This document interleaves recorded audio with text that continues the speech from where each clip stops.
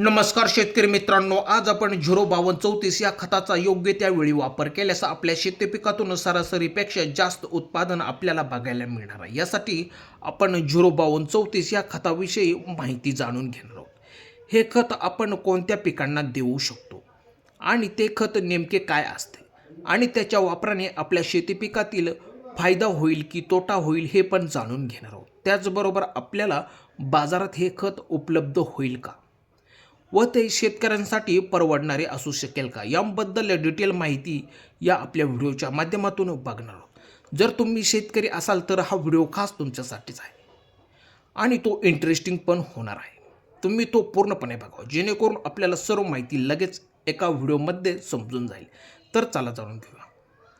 आपण समजून घेऊ की 05234 असे का लिहिलेले असते ते तुम्हाला आधी माहिती असायला पाहिजे, कारण हे जर कळालेच नाही तर त्याचा आपल्याला या ठिकाणी काय टाकल्याने काय होते हे समजणारच नाही। त्यामुळे हे समजूनच घ्यावे लागेल। तुम्ही मार्केटमध्ये गेल्यावर तुम्हाला अनेक वेगवेगळ्या प्रकारची खते दिसतील। त्यात तुम्ही बघू शकता 19 19 19 10 26 26 12 32 16 20 20 13 052 34 अशा अनेक वेगवेगळ्या प्रकारची खते आपण विकत घेतो। तेव्हा तुम्ही बघतच असाल या खतांच्या बॅगांवर NPK असे लिहिलेले दिसते। तर ते कोणते घटक किती प्रमाणात आपल्या खतांमध्ये आहेत हे NPK दर्शवण्याचे काम करते। तर N म्हणजे नायट्रोजन किती आहे, त्यामध्ये P म्हणजे स्फुरद आणि K म्हणजे पोटॅश यांचे प्रमाण किती आहे ते दाखवण्याचे काम हे NPK करतात। म्हणजेच थोडक्यात आपण जे खत विकत घेतो त्यामध्ये कोणत्या मूलभूत घटकांचा कमी जास्त समावेश आहे ते दाखवण्याचे काम हे NPK करतात। तर 05234 या खतामध्ये NPK ने बघितले तर 0% नायट्रोजन म्हणजे N हा घटक आहे। म्हणजेच नायट्रोजनचे प्रमाण या ठिकाणी काहीच नाही, त्यामुळे 0 असे दाखवलेले असते। त्यानंतरचा घटक आहे P म्हणजे स्फुरद। हा सर्वात जास्त म्हणजे 52% असून त्याचे पिकांना खूप फायदे आहेत। त्याने पिकांची मुळेही खूप मजबूत करून फांद्यांची वाढ करतो। त्याचबरोबर झाडाला निरोगी ठेवण्याचे काम हा घटक करतो। त्यामुळे स्फुरद हा घटक खूप महत्त्वाचा घटक मानला जातो। त्यानंतरचा घटक आहे 34% म्हणजे K पोटॅश हा घटक आहे। हा घटक काय काम करतो तर तो तुमचा भाजीपाला असो किंवा फळबागा असो त्यामध्ये तुमच्या शेंगांची किंवा फळांची साईज वाढवून त्याची शायनिंग वाढवण्याचे काम पोटॅश हा घटक करतो। त्याचबरोबर आपल्या फळबागातून किंवा भाजीपाला पिकातून जास्तीत जास्त उत्पादन निघून शेतकऱ्यांना त्याचा मोठ्या प्रमाणात फायदा होतो। तर आपण या ठिकाणी 05234 या खताचे फायदे बघितले। आता आपण त्याच्या प्रामुख्याने वापर कधी करू शकतो हे बघणार आहोत।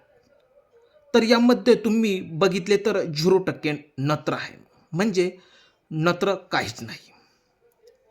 तर नत्र काय काम करते हे पण जाणून घेऊ। तर पिकांची जोमाने वाढ करण्याचे काम हा नत्र घटक करतो, परंतु या 05234 या खतामध्ये नत्राचे प्रमाण काहीच नाही। त्यामुळे तुम्ही याचा विचार करू नका। आपल्याला त्याचा विचार पुढील घटकांसाठी सहज करावा लागेल। तर ते 52 आणि 34 म्हणजेच तुम्ही बघू शकता फुले व फळे येण्याच्या अवस्थेमध्ये तुम्ही 05234 या खताचा वापर करू शकता। कारण याने काय होईल, तुमच्या पिकांमधील जी कमतरता असेल ते पूर्णपणे भरून काढण्याचे काम हे 05234 हे खत सहज करू शकेल।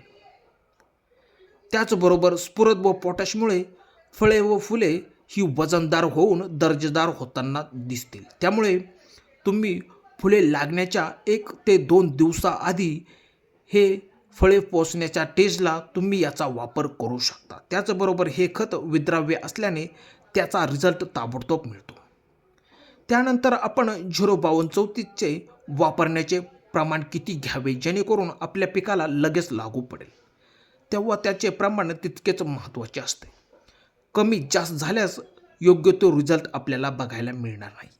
तेव्हा तुम्हाला प्रमाण हे योग्य तेच घ्यावे लागेल. साधारणपणे 15 लिटरच्या पंपासाठी तुम्ही 100 ग्रॅम घेऊन फवारणी सहज करू शकता. शेतकरी मित्रांनो, याचे 05234चे फवारणी दरम्यान प्रमाण जर जास्त झाले तर आपले पीक जळू शकते. त्याने आपल्या पिकाला मोठ्या प्रमाणात झटका बसू शकतो. तेव्हा तुम्ही महत्त्वाची काळजी घ्यावी. तर तुम्हाला मार्केटमध्ये हे खत कोठेही सहज उपलब्ध होऊ शकते. जाता जाता एकच, आपली शेती ही परवडणारी शेती ठरू शकेल त्याप्रमाणे तिच्याकडे लक्ष देऊन नियोजन करून योग्य ते मार्गदर्शन घेऊन शेती करावी. तेव्हाच आपला शेतकरी वर्ग हा शेतीतून भरघोस उत्पादन घेऊन मालामाल होऊ शकेल. जर तुम्ही अजूनही आमच्या शेतकरी मित्र चॅनलला जर सबस्क्राईब केलेले नसेल तर व्हिडिओ आवडला तर लाईक शेअर कमेंट्स करायला विसरू नका.